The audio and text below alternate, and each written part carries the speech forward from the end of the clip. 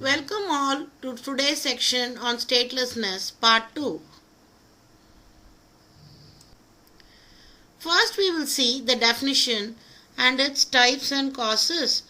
Article 1 of the Convention relating to status of stateless persons, 1954, defines stateless person as one who is not considered as a national by any state under the operation of its law.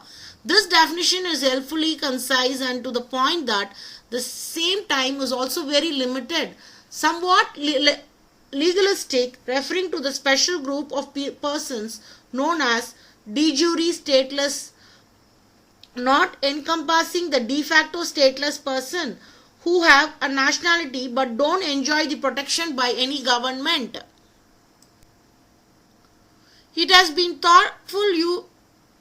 useful to approach the notion of statelessness in its broader sense to denote all those persons who lack what has become known as effective nationality, who are consequently unable to enjoy the rights that are associated with nationality. In fact, in 1949, the United Nations expanded the definition of statelessness to include de facto stateless persons, or those who, having left the country of which they were nationals and no longer enjoy the protection and assistance of their national authorities, either because these authorities refuse to grant them assistance and protection, because they themselves renounce the assistance and protection of their countries of which they were nationals. It is important to make a distinction between statelessness to understand the original and the absolute one, which is relative or subsequent, because different factors underlie both these types of statelessness. First, we will see original statelessness. From its very definition, one can understand that either due to faulty administrative practices, the failure or refusal of a state to ensure the registration of birth, or because of conflict in nationality law of different countries, particularly when one adheres to the principle of jus sanguinis, which means nationality on the basis of descent, and the other one adheres to the principle of jus soli, nationality on the basis of place of birth.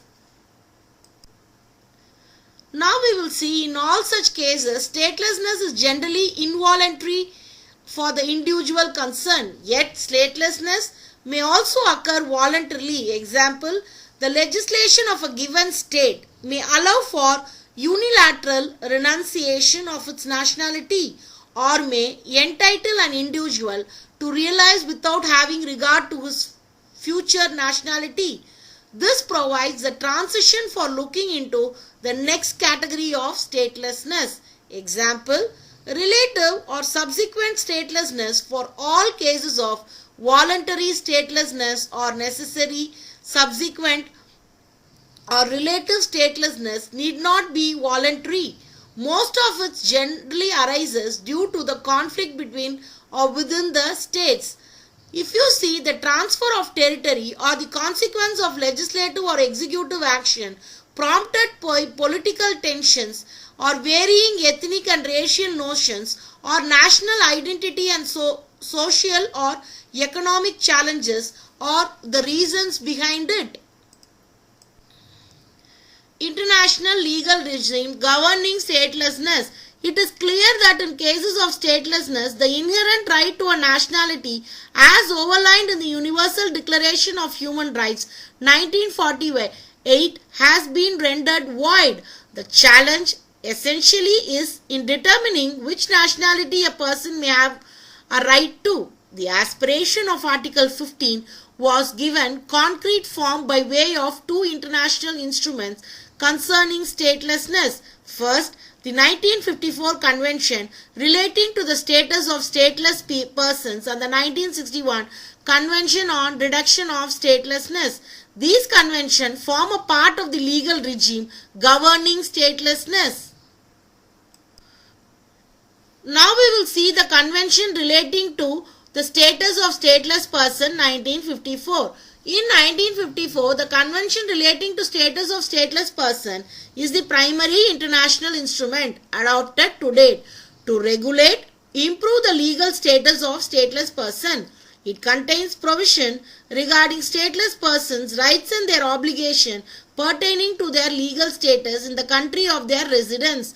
The primary aim is to set out the legal framework and to ensure that the minimum standards of protection is available to persons who are stateless but who cannot demonstrate a well-founded fear of persecution and who are not therefore covered by 1951 Convention relating to status of refugees or its protocol.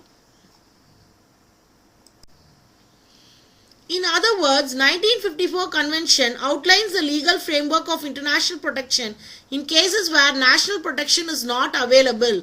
While the Convention does serve the purpose of providing a legal status and extending basic entitlements to the stateless, in practice all amounts to a certain limited degree of protection. Even so, in the area of diplomatic protection and does nothing to solve the very problem of statelessness. The Convention placed the state parties under no absolute obligation to naturalize a recognized stateless person. The Convention on Reduction of Statelessness in 1961, this convention came into force on 13th December 1975. The essential purpose of this convention is to avoid the creation of future cases of statelessness. As such, the convention provides a framework for promoting national protection for stateless person and a correlative decrease if that protection is effective in the need of international protection to fill the void. First, we will see statelessness at birth. The problem of original statelessness is sought to be avoided by the introduction under Article 1 to 4, which confers nationality based on jus solis, or where such nationality is granted to a person born outside the territory of the state on the basis of jus sanguinis, provided one of the parents of such person was a national of the contracting state during the time of his birth. Second is statelessness due to territorial change.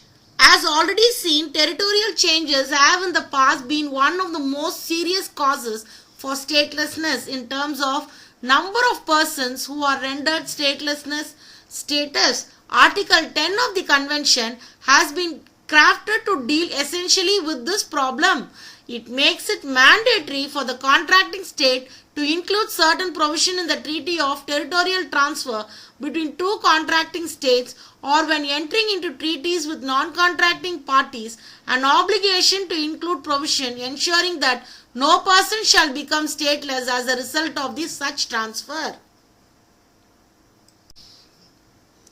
In the absence of incorporation of such provision in the Treaty of Transfer, the contracting state to which the territory is transferred or which otherwise acquires territory shall confer its nationality only on such persons as would otherwise become stateless as a result of transfer of acquisition. Next, we will see the loss of nationality due to deprivation or discriminatory ground. Article 9 prohibits the deprivation of nationality on racial, ethnical, religious, political grounds and is one of the most important provisions of this convention, especially due to the fact that most of the recent cases as to mass statelessness are due to conscious, deliberate and what can be termed as discriminatory act of the government of states to deprive certain sections of population their nationality motivated by certain political, religious and ethnical grounds. Amongst the most blatant cases of discrimination is the mass denationalization by the Nazi Germany of the German Jews residents abroad by virtue of the ordinance issued by Reich Citizenship Law in 1941. Article 9 strictly prohibits such cases of deprivation of nationality, and what is encouraging is that such prohibition is absolute and not subjected to the condition that it leads to subsequent statelessness. Next, we will see changes in personal status. Article 6 takes care of situations of loss of nationality by a person, spouse or children as a consequence of that person losing or being deprived of that nationality by making such loss conditional upon their possession or acquisition of another nationality. Now we will see the voluntary renunciation of nationality. Article 7 of the Convention counters situations of statelessness which may arise due to voluntary relinquishment of nationality by an individual insofar as it provides that such renunciation shall not lead to the loss of nationality unless the person concerned has acquired another nationality. Apart from this, the Convention also seeks to address the issue of statelessness where the same may be caused due to voluntary act or omission of the individual. To sum it up, the Convention addresses almost all the cases of statelessness through the following provisions. Access to nationality for persons who would otherwise be stateless if the person is born on the state's territory or born abroad to a state's national. Protection against the loss or deprivation of nationality if the person will become stateless as a result.